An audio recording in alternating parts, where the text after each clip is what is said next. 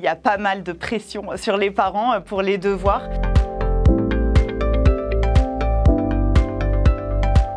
Donc, je suis Manon Doza, je suis coach scolaire depuis 6 ans maintenant chez Academia et en parallèle, je travaille pour le service pédagogique.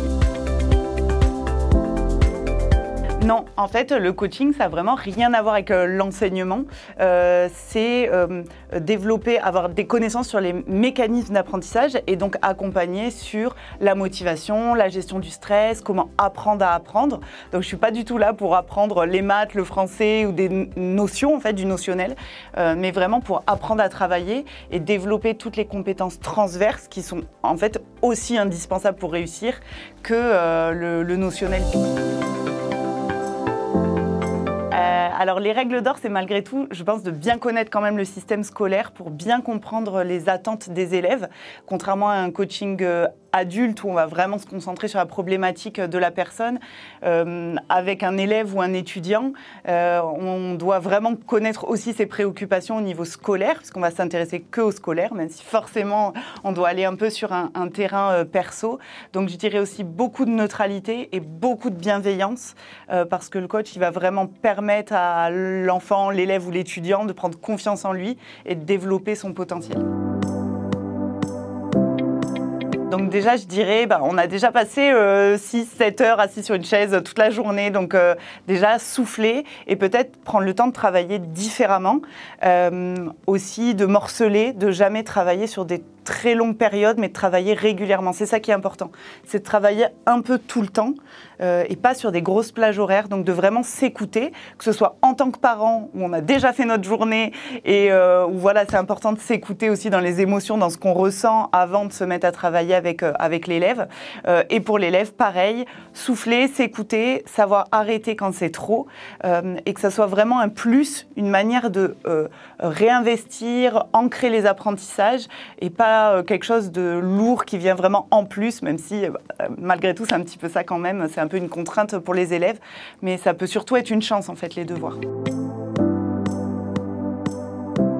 Oui, pour beaucoup d'élèves, c'est une corvée, donc c'est aussi de permettre aux élèves de retrouver du sens. Pourquoi est-ce qu'on va faire les devoirs? Alors déjà, de leur expliquer que plus on écoute en cours, plus on est actif en cours, moins on a besoin de reprendre pendant les devoirs. Donc ça, vous pouvez vendre un petit peu les choses, et ça vaut quand on est étudiant, quand on est enfant, quand on est au collège ou au lycée.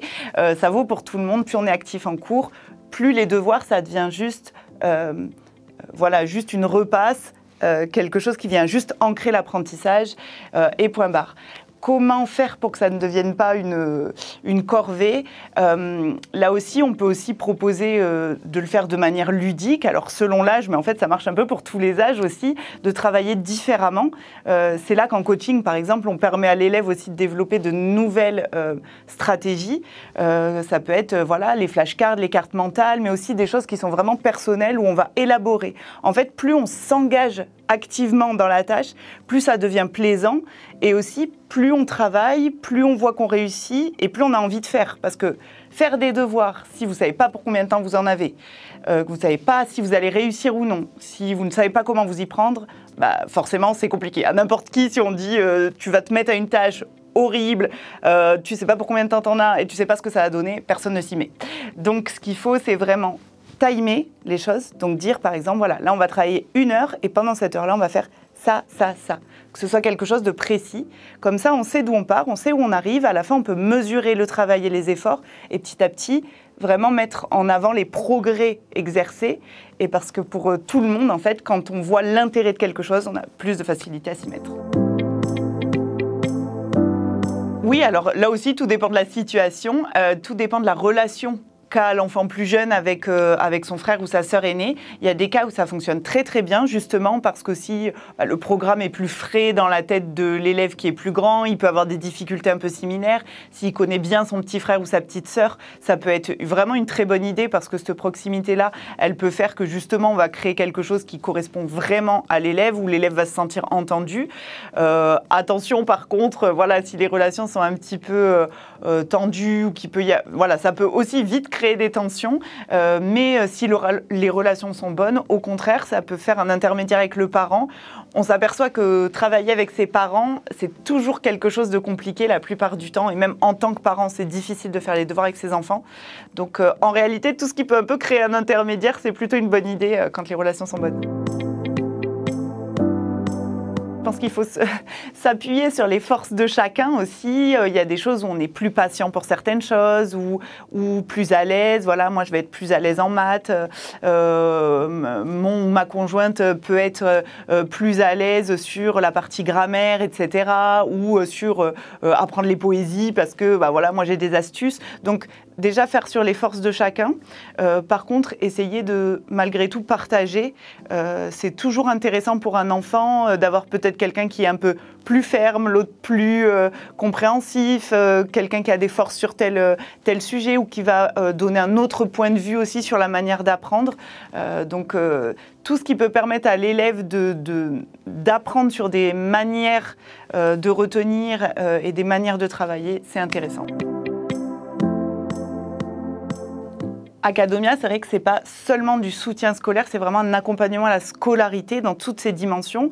Moi, en tant que coach, je le vois, la scolarité, ce n'est pas du tout que du notionnel, c'est aussi de la méthode, c'est aussi de l'orientation, parce qu'on le sait, de savoir où on va, ça permet vraiment de soutenir la scolarité. Et donc c'est vraiment dans cette dynamique-là qu'on accompagne tous les élèves, parce qu'on peut répondre à toutes les problématiques au niveau scolaire, et ça c'est vraiment très important, prendre en compte autant comment je me sens dans ma scolarité que ce que j'arrive à faire, c'est vraiment redonner confiance de manière large, et à l'instant T, et aussi vers l'avenir. Donc c'est vraiment voilà, tous les élèves, peu importe leurs difficultés ou leurs ambitions. Parce qu'on a beaucoup d'élèves aussi qui sont dans des situations scolaires tout à fait brillantes et qui veulent aller plus loin ou développer d'autres compétences ou qui ont d'autres ambitions. Donc voilà, on peut répondre à tout ça. Il y a pas mal de pression sur les parents pour les devoirs. Alors ça, par expérience, je pense que le premier conseil que je donnerais, c'est de ne pas essayer d'appliquer sa propre méthode à son enfant, c'est-à-dire s'entêter à dire « moi je faisais ça, ça marchait ». Chaque enfant est très différent. Un peu par principe, votre enfant va vouloir faire autrement que vous. Donc ça, c'est le principe des enfants. Donc justement, essayez de l'écouter, de partir de lui. Qu'est-ce qui va fonctionner pour lui? Donc ça, c'est vraiment la première chose. Le deuxième conseil, ça serait d'essayer de, voilà, selon la classe de votre enfant, de connaître un minimum le programme, l'enchaînement des chapitres, parce que c'est pas forcément évident. Nous, ça peut faire des années qu'on est sorti de l'école, donc on ne sait pas exactement. Et pour les accompagner au mieux, c'est quand même bien de savoir un petit peu voilà, de quoi on parle et la mise en contexte pour pouvoir donner du sens aussi à ce qu'on fait avec les enfants. Et je dirais que le troisième conseil, c'est la confiance. Moi, je dis souvent aux parents, quand votre enfant il a appris à marcher, il tombait, ça lui a pris des mois, et pourtant, jamais vous n'avez douté qu'un jour il allait marcher. Et je crois que c'est vraiment important d'avoir ce regard-là. Vous verrez que ça changera beaucoup de choses quand vous ferez les devoirs avec voilà, les enfants, peu importe l'âge, de se dire, voilà, peu importe le temps que tu vas prendre, les erreurs que tu vas faire, il y a un moment, tu vas y arriver. Et même soit de se dire, OK, mon enfant, il y a un moment donné où ça va débloquer, ça va le faire. Ça permet d'être plus confiant, plus encourageant. Et en fait, un enfant, pour réussir, il a besoin de ça. Donc, ça serait vraiment voilà, ça l'important. Ce qui est le mieux, c'est d'écouter l'enfant. Déjà, de lui demander, parce que souvent, les enfants, ils savent plutôt bien en fait, ce qui fonctionne pour eux. Il y a des enfants qui vont aimer, ou même des ados qui vont aimer quand il y a du bruit, du mouvement, parce que voilà, il y a de la vie autour d'eux. À partir du moment où ça ne les déconcentre pas, il y a des enfants qui ont une bonne capacité à inhiber l'environnement, qui vont réussir à rester concentrés. Au contraire, ça les berce un peu. Un enfant qui n'a pas forcément de difficultés, si c'est ce qu'il préfère, tant mieux pour lui. Il y a des enfants où on va voir qu'ils vont se laisser distraire très rapidement. Ça va être compliqué pour eux dès qu'il y a du bruit, dès qu'il y a un peu de bazar. Voilà, ils ont besoin vraiment de calme pour être concentrés. Donc l'environnement, c'est important. Il vaut mieux toujours être au calme, dans un environnement plutôt rangé. Ça évite de se distraire. Mais là aussi, écouter l'enfant, écouter l'élève, c'est très très important que la manière de travailler, la manière d'apprendre, elle soit personnelle.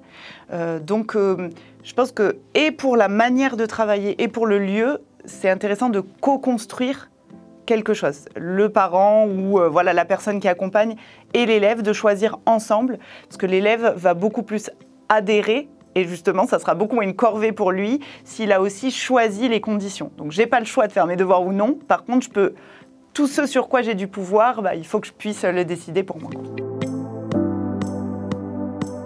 L'avantage d'être babysitter, c'est qu'on n'est pas les parents. Donc, on est un intermédiaire. Donc ça, déjà, vous partez avec un point fort. Souvent, vous avez un âge plus proche des élèves aussi. Donc, ça peut vraiment créer une sorte de transfert où voilà, il y a une proximité qui fait que c'est plus agréable. Et donc, moi, ce que je vous conseille, c'est vraiment de passer par le ludique. Les jeux, justement, vous n'êtes pas le parent à devoir dire « tiens-toi comme il faut, sois bien à la table, ne bouge pas ». On peut les faire bouger, on peut faire des énigmes, on peut faire des dessins, des schémas, regarder des films, regarder des vidéos. Vous êtes peut-être plus à l'aise justement avec les réseaux. Il y a quand même sur YouTube par exemple, il y a plein de vidéos qui sont très ludiques pour expliquer des choses simples aux élèves. Donc de vraiment essayer de travailler différemment et de les intéresser. Parce que peut-être que la curiosité, elle va être plus forte et l'envie de réussir et de montrer qu'on sait faire, elle va peut-être être plus forte avec quelqu'un de jeune comme ça, qui peut être un peu un modèle,